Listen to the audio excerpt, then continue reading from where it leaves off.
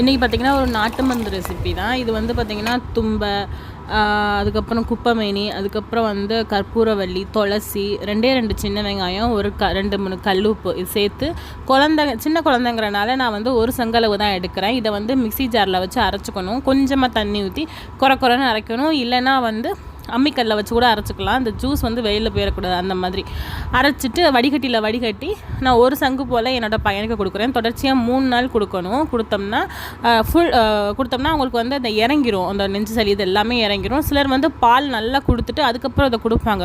அப்படி கொடுக்கும்போது வாமிட் பண்ணிடுவாங்க. அதில் சளியெல்லாம் வந்துடும். பிடிச்சிருந்தால் லைக் பண்ணுங்கள், சப்ஸ்கிரைப் பண்ணுங்கள்.